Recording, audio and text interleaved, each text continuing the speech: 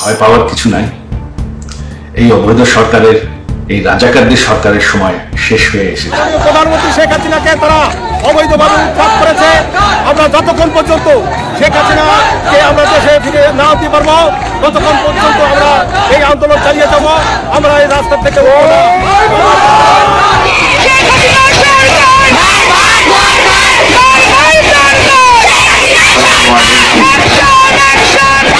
দিতে 1 লাখ, এখন চাঁদা দিতে 5 লাখ, স্বয়ং যদি আল্লাহ ফেরেশতা পাঠায়।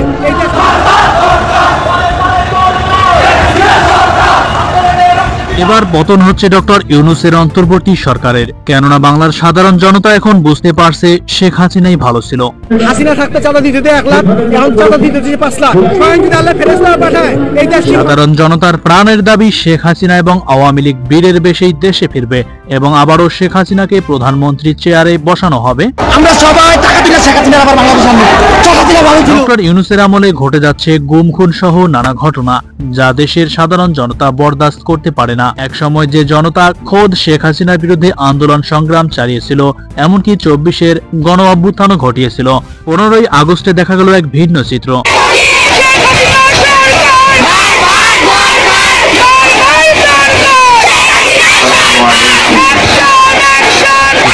15ই আগস্ট ঘিরে দেশের বিভিন্ন স্থানে বিক্ষোভ মিছিল করেছে আওয়ামী লীগের সমর্থকরা। উত্তাল হয়েছে গোটা দেশ। মাননীয় প্রধানমন্ত্রী শেখ হাসিনাকে তারা অবৈধভাবে উৎখাত করেছে।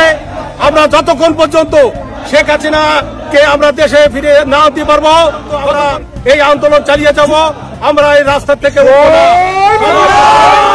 আর এতে ডক্টর ইউনূসের প্রশাসন তাদের এই সমাবেশকে ভণ্ডুল করতে চেয়েছিল, কিন্তু লক্ষ লক্ষ আওয়ামী কর্মীরা মাঠ ছেড়ে যায়নি। তারা মাঠে অবস্থান করে বিভিন্ন স্লোগান দিতে থাকে। 15ই আগস্টকে ঘিরে সজীব ওয়াজেদ জয় নেতাকর্মীর উদ্দেশ্যে সাহসের বার্তা জুগিয়েছেন। আপনারা একটু সাহস করে যাবেন, এখন ভয় পাওয়ার কিছু নাই। এই অবৈধ সরকারের, এই রাজাকারদের সরকারের সময় শেষ হয়ে এসেছে। বাংলাদেশের মাটির থেকে কোনোদিন 71-এর ইতিহাস মুছে ফেলা যাবে না, বঙ্গবন্ধুকে মুছে ফেলা যাবে না। অন্যদিকে ভারতের কলকাতা থেকে মাঠে থাকা এবং মাঠ দখল ও শোক দিবস পালন করতে নির্দেশনা দেওয়া হয়। সাবেক প্রধানমন্ত্রী দেশরত্ন শেখ হাসিনার পক্ষ থেকে অনেকেই বঙ্গবন্ধুর প্রতিকৃতিতে ফুল দিয়েছিলেন, আবার কেউ কেউ ব্যানার টাঙিয়ে ফুল দিয়ে শপথ বাক্য পাঠ করেন। আজ 15ই আগস্ট বাঙালি জাতির জনক, হাজার বছরের শ্রেষ্ঠ বাঙালি বঙ্গবন্ধু শেখ মুজিবুর রহমানের 50তম শাহাদাত বার্ষিকী ও জাতীয় শোক দিবসে আমি শপথ করিতেছি যে লুটপাটকারী, প্রতারক, বাটপার, চাঁদাবাজ, দুর্নীতিবাজ, হত্যাকারী, ধর্ষণকারী, রাজাকার ইউনূস গংদের হাত থেকে মুক্ত করে বাংলাদেশের মাটিতে মুক্তিযুদ্ধের সপক্ষে শক্তি বাংলাদেশ আওয়ামী লীগের সভাপতি, মানবতার মাননীয় প্রধানমন্ত্রী জননেত্রী শেখ হাসিনা আপাকে ফিরিয়ে আনতে ময়মনসিংহ 2 ফুলপুর ও তারাকান্দা আসনের সাবেক মাননীয় গৃহায়ন ও গণপূর্ত প্রতিমন্ত্রী জনাব শরীফ আহমেদ এমপি মহোদয়ের নেতৃত্বে পিরোজপুর থেকে আসা এক মৌলানা সাহেব বঙ্গবন্ধুর ভালোবাসায় সিক্ত হয়ে তার কবর জিয়ারতের উদ্দেশ্যে রওনা হলে পুলিশের রোষানলে পড়ে যান তিনি। আমি বঙ্গবন্ধুর জন্য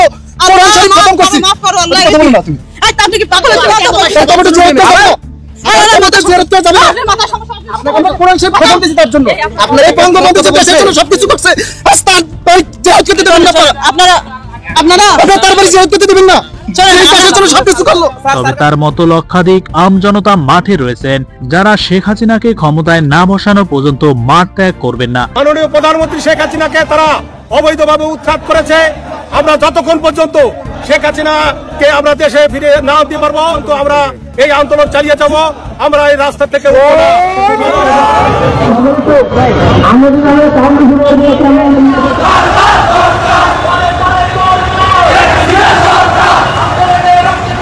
এমনও প্রতিশ্রুতি ব্যক্ত করেছেন তারা। ঢাকার মাঠে থেকেই তারা 48 ঘন্টার মধ্যে ডক্টর ইউনূসকে পদত্যাগের আলটিমেটাম দিয়েছেন।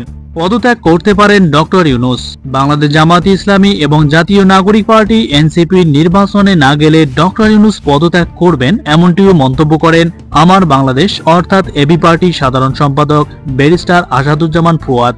টকশোতে ব্যারিস্টার ফুয়াদ বলেন, আওয়ামী লীগ যেমন 18 এবং 73 একতরফা নির্বাচন করে নিয়ে গেছে এবং সেটা আনফেয়ারলি করেছে, এবারের নির্বাচনও ফেয়ার, সুষ্ঠু, তবে একতরফা হওয়ার সম্ভাবনা রয়েছে।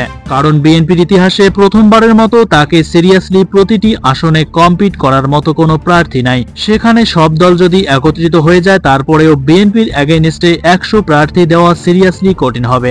তিনি বলেন, তবে বিএনপির সবচেয়ে বড় চ্যালেঞ্জ হবে বিএনপির নিজেই। 130 থেকে 135টি আসনে বিএনপির বিদ্রোহী প্রার্থী রয়েছে এবং তারা একে অপরের বিরুদ্ধে খুবই স্ট্রং।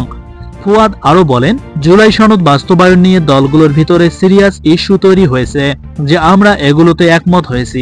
বাস্তবায়ন কিভাবে হবে, বাস্তবায়নের ব্যাপারে কমিশন যে প্রস্তাব করেছে এটা আসলে বিএনপির প্রস্তাব।